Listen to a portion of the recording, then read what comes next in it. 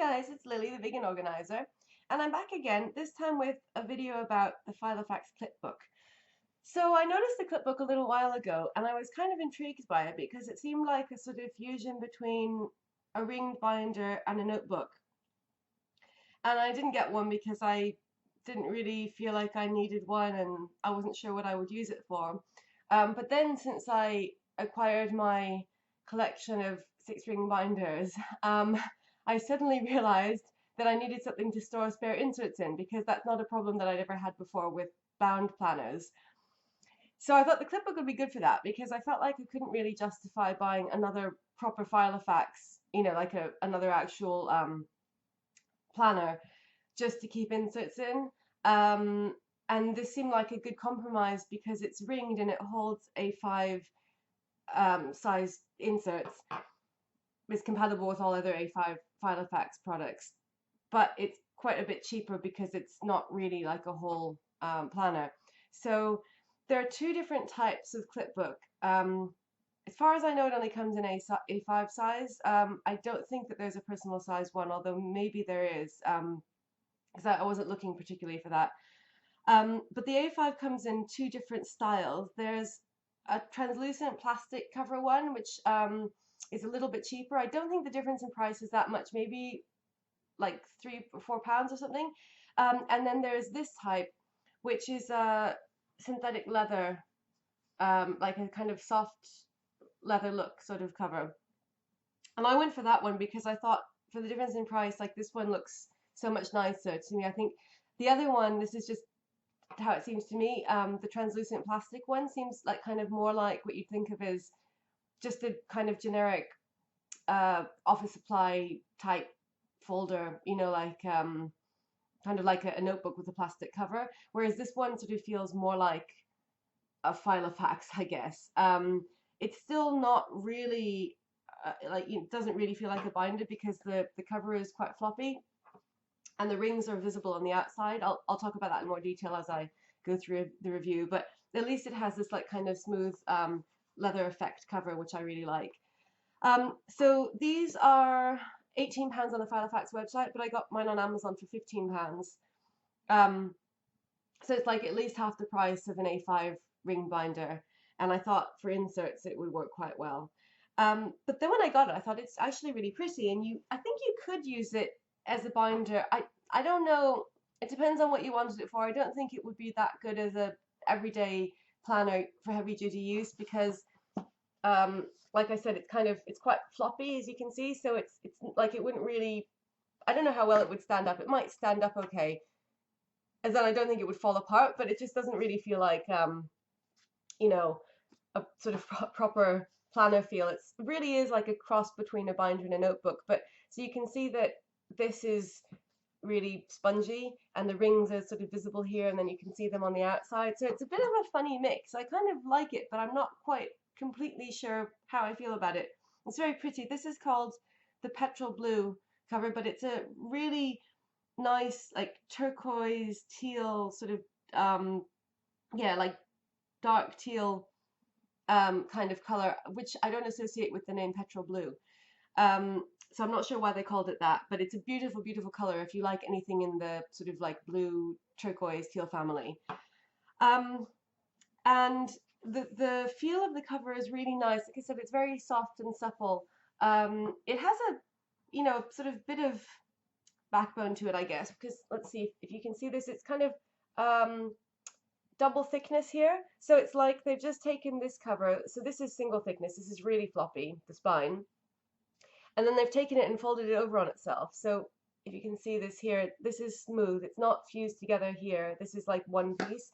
And then they folded it over onto the other side. And you can see here, like kind of along the top and the bottom, you can see where it's joined together. So this is like presumably just somehow welded together. And that's why it has this double thickness. But it doesn't really feel like a proper binder cover. Like I said, it's kind of more like a sort of halfway between a notebook, because you don't usually get notebooks with this type of leather look cover, I don't think. Anyway, so when you open it, just have this smooth inside. And this is another thing that distinguishes it from the binders, is that it doesn't have any kind of storage, like not even one slip pocket. It's just like, this is it. So it's quite basic. When you get it in the package, it has this plastic cover over the whole thing, so over the front and back. But the cool thing about the cover is that you tear it off, and then you can like kind of tear off the middle bit. It's perforated, and you're left with these two fly leaves, which are already split. So you can have one at the front and one at the back, and these are A5 size, so you could use these for your binder if you didn't want, like if like me, if you're just using this to store spare inserts, and you didn't want to use it for anything like, you know, as a planner or you know, a project book or anything, you could actually use this on an A5 Filofax. So there's one at the front and one at the back. And then it has this kind of like a, I guess, dashboard clipbook by Filofax. And then on the back, it has some explanations. So this is what I was just talking about. Smart packaging, remove, rip, reuse. So that just kind of illustrates how you would make the cover packaging into dividers, into fly leaves, like I was saying. And then it tells you what's inside it and sort of illustrates some possible uses for it. So I'm not sure, I've left this in for now just because I wanted to show it to you in the video, but I'm not sure if I would keep this in, unless what I usually do with my A5 binders is I would like kind of keep this page and decorate it, and like put stickers on and stuff, and have this as a kind of title page of what I was going to use the binder for. And I'm not sure with this one because, like I said, the reason I got it was to use it to store spare inserts, but of course now that it's come, I'm like, I quite like this, maybe I could find a use for it. So I don't know, but in the meantime, I'm not using this for anything else, so I think I'll just keep this in for a while until I decide what to do with it.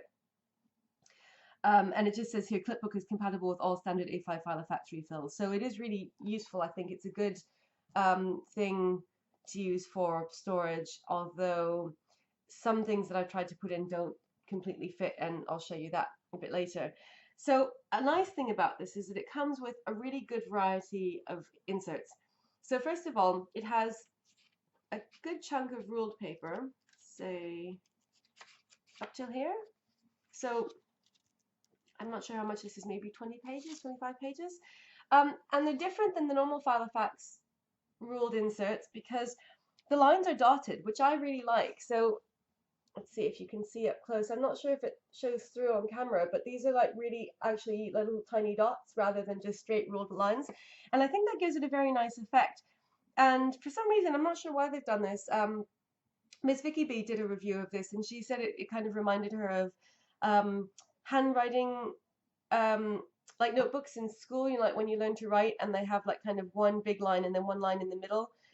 So you can see that you've got one line that goes all the way to the end, and then the next line it like kind of doesn't go all the way. So I'm not really sure what the reasoning was behind that design choice, but it's quite nice, and it has a nice like kind of top and bottom margin, and that's ruled the same way on both sides. So you get quite a bit of that,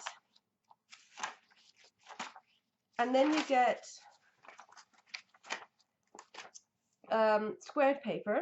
And the squared paper is beautiful because, again, it's dotted, so it looks really very similar to Hobonichi squared paper, which obviously I'm a huge fan of. So I think that looks really nice. It goes all the way to the edges. There's no border, and you know I've said before in videos that I like it when there's a border around the squared paper. But for some reason in this case, I think because of the dot design, it just looks really delicate and beautiful, and I think it's fine. It doesn't bother me that it goes all the way to the edges. And then you get quite a sizable chunk of this as well. I'd say the same amount as what you get of ruled paper, probably like 20, 25 pages. And then after that, you get blank paper, again the same amount. The blank paper on this is a bit ruffled. I'm not, all of the paper is like kind of a little bit, yeah, it's a little bit, not wrinkled, but kind of like ruffly. I'm not sure if that's intentional or if it's just from the way that it was stored, but it's fine. It has a kind of different texture. I think maybe that's what it is. It feels a bit thicker than normal Filofax inserts, I would say. Like it has slightly more texture to it. I'm not sure if that makes much sense, but it definitely has a thicker feel. than the normal Filofax inserts. And then this is where it gets really interesting. You get this section of undated calendar inserts in various types. So I'm not really sure what the purpose of this is. I was talking about this with James, and he is adamant that this is supposed to be used as like kind of substitute paper if you're using a Filofax, like a normal Filofax binder, and you sort of like mess up one of your pages or something, like one of your calendar inserts, then you could just replace it with one of these. That's what he thinks it's for. I'm not really sure because they don't have the same design. Like obviously you don't get as much because, you know, this isn't as thick as what you would get if you had a whole book of normal Filofax inserts. I don't think this is like kind of as much as you get with the year of like week on 2 pages inserts. No, it can't be because this has got all of the blank paper and rule paper and graded paper as well. So the design is different. So like for example this one, and I think this is cool, this is 1 year and it folds out. So it's like half the year, January till June on one A5 side, and then July till December on the other side. And then if you flip it over, you get exactly the same thing on the other side. So I think that that's really cool, but I'm not quite sure what I would use it for. So you basically have a 2-year spread here. And I guess that, I mean, that would be good for like a project if you were doing some sort of long-term project where you wanted to keep track over 2 years. You don't have a lot of space for writing, so let's see if we can get a better view of this. I mean, this is like one day. So if this is an A5 sheet, like that's not a huge amount of space for writing. But you could use it to sort of like keep very small notes of something that you were tracking, like either I guess you could use it as a financial tracker or like some kind of exercise tracker or like water intake or that sort of thing, like something that you just need really small notations because there's not a lot of room to be like, you can't really sort of properly plan on this, I don't think, unless you have tiny handwriting. And like I said, it's undated, so it just gives you the months here, and then this is blank. This is for to write in the year presumably, and then it has the dates, so it doesn't have any days. And I think that sort of opinions over this are divided in the planner community. There are people who really like undated inserts and others who don't. The idea of undated inserts just drives me crazy. Like I would not be able to manage it, I don't think, because like first of all, I would want to know what the weekdays are to go with these dates. Secondly, depending on what kind of insert it is, if it's something like this, where you've got everything except for the days, it's not that bad because you can't really go too far wrong. But if you just have like a completely undated, like say week or month, and you have to put in the numbering yourself, like I really like just can't stand the thought of that, because I would worry about making a mistake, and then like also it seems like a lot of work when I would sort of want the work to already be done for me, and like I would want it to already be ready. But I can understand the advantages of it, which are like obviously that it doesn't matter when you start. So if you get this in the middle of the year, then you don't have to throw away a bunch of inserts. And also, you know, like if you leave it for a while and then you come back to it, you haven't lost space. But for something like this view, I think this is quite good, I think, for like, you know, sort of being the sort of person that doesn't like the idea of undated inserts. I could live with this because it's got everything except for the days of the week. And I wouldn't, yeah, I don't really like that. I mean, I don't even think that you could write those in this case, because it's got the months here. So obviously you're using the same dates for every month, and the days of the week will be different. So unless you wrote the days of the week in here, which would give you even less room for what you wanted to record, I don't think that would work. So I don't think that's a huge problem, though. I do kind of like the idea of having like 2 years on this one page. So I have to work on thinking of something to use this for. So you get one of those, and then you get this set of fold-out monthly pages. Sorry, I keep having to move this back and forth because of all of these fold-out pages. And I like the idea of the fold-out pages. I think that this is a really cool idea because you, I don't know, somehow it feels like it's one page, but you've got more room to work with. So I like that. And again, the paper is definitely thicker, I would say, than normal Filofax inserts. That's how it seems to me. So again, you get the month at the top. January through December, and I guess you just circle which month it is. And then you have Monday, Tuesday, Wednesday, Thursday, Friday, Saturday, Sunday, and blank dates. So this is what I was talking about before. Like this would drive me mad.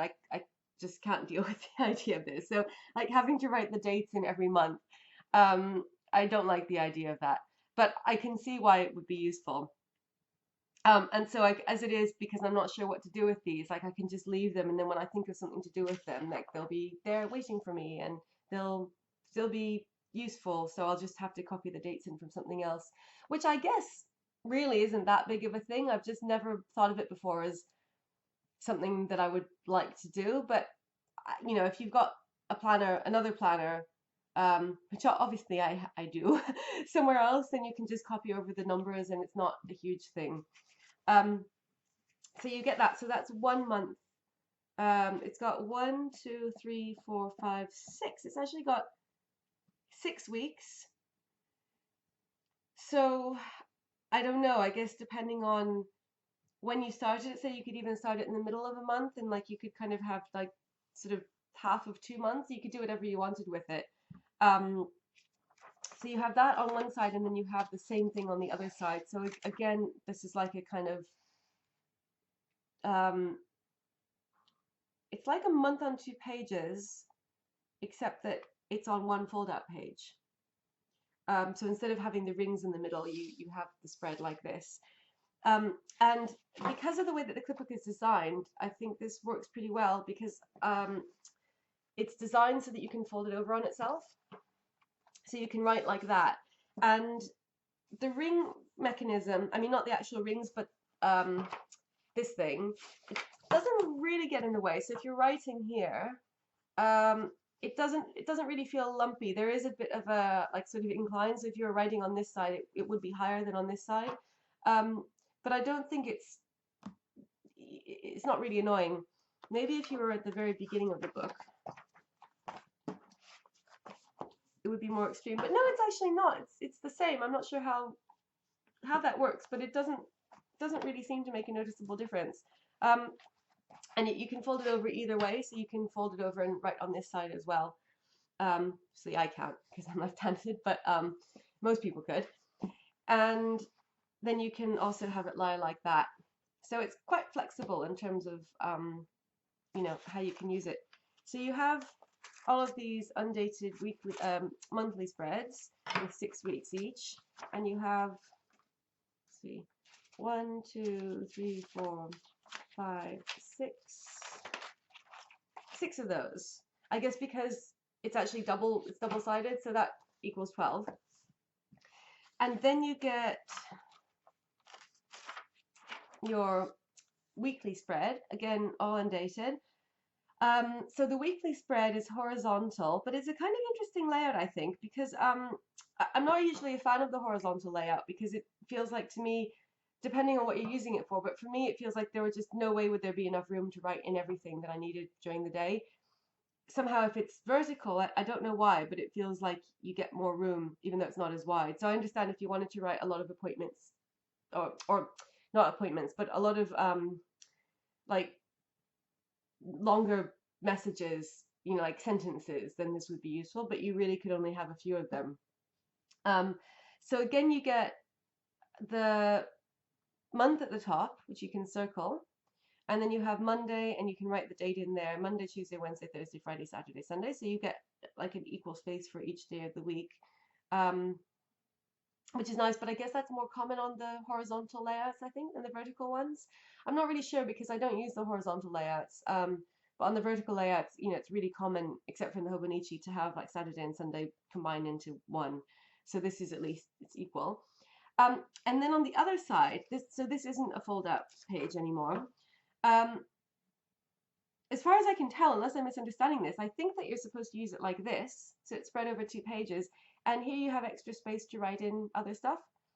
So you have like your kind of basic horizontal layout here, and then you have an extension here. That's how I would use it anyway. So you'd have like the week on 2 pages, but it's sort of divided like that. The only thing about this that makes me think that maybe that's not how you're meant to use it is that you have space to pick the month over here as well. But I don't really see how else you could use it because you've got this divided into 7, and then you've got 3 columns here, so that's like 21. So if you couldn't use this for days because it's only 21 days. I mean, I guess you could if you wanted to have some kind of like 3-week layout here, you could use it for that. So that's another option. I think I would just use it to like sort of extend the weekly view and like write in extra things like appointments, to-dos, you know, like extra notes, other stuff like that. So sort of just to extend the week. But yeah, if you wanted to have like kind of 1 week, 2 weeks, 3 weeks, you could use it like that as well. And then like circle the month at the top. I don't know. And then you get quite a few of these. I think these go all the way to the end. One thing about this is that I find it a little bit, sometimes it gets stuck like this when you're trying to pull it over. It's not a major problem, but compared to the normal Filofaxes, it seems like it is more likely to catch. I'm not sure about the rings. I'm not an expert on ring quality, so I don't know. I think that these are either 25 or 30mm rings. They seem like, my impression is that they're a similar size to the rings that I have in my A5 Filofaxes, which are 30mm, but they might be 25. Anyway, so you get this until almost the end, and then you have a few pages of, I think 5 pages of what looks to me like to-do lists, except that it doesn't say to-do. So I think the whole theme of this is it's like very open, so you can do what you want with it, but they look like to-do lists. And you have the same like kind of lined, like dotted paper where you have like a sort of a thick line here, and then in the middle you have a thinner line that doesn't go all the way to the end, so it's a little bit fainter, and then you have this like kind of checklist here. And by the way, this theme of the dotted lines goes all the way through the calendars as well, so I forgot to mention that, but all of these calendars, the monthlies and the yearlies and the weeklies, all have the dotted paper, which I think is a really nice touch. I somehow just think that makes it look a bit more aesthetically pleasing. And these to-do lists are double-sided. And the paper quality in this is all the same. It all feels like slightly thicker, and it's sort of slightly different texture to Filofax. Not like an amazing difference. It's not like the, like, you know, cotton cream or anything like that, but it just feels a little bit different. And then you have this final flyleaf on the end, which came from that same cover that you tear apart. And there's nothing on the back pocket either. It's the same construction as the front pocket, so it's like a kind of double, like folded over leather look. And then on the back it says Clipbook by Filofax.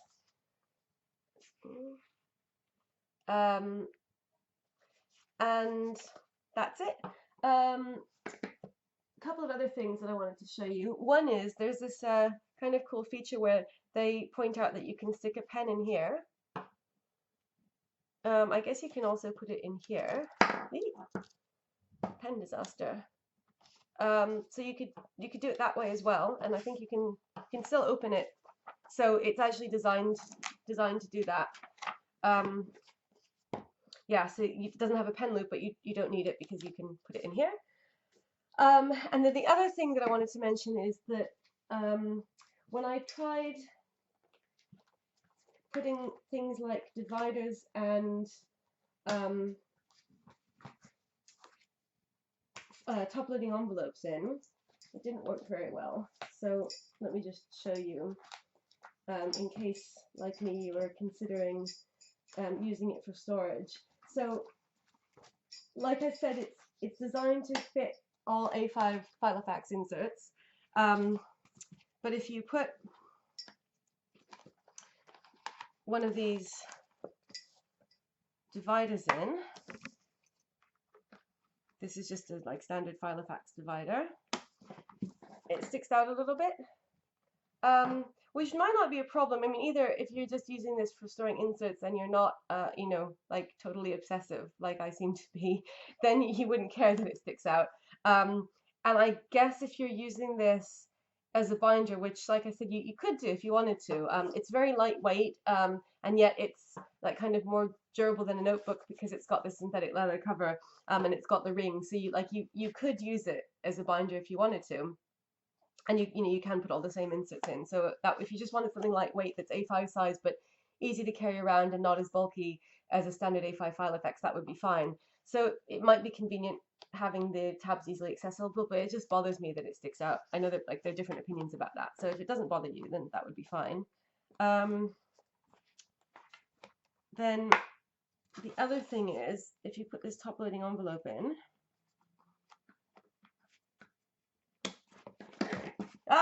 it's hideous. That really sticks out. And that kind of really bothered me because one of the things I wanted to use it for was storing extra stickers in a top loading envelope. So I was kind of gutted about that. It's like, no, it's hideous.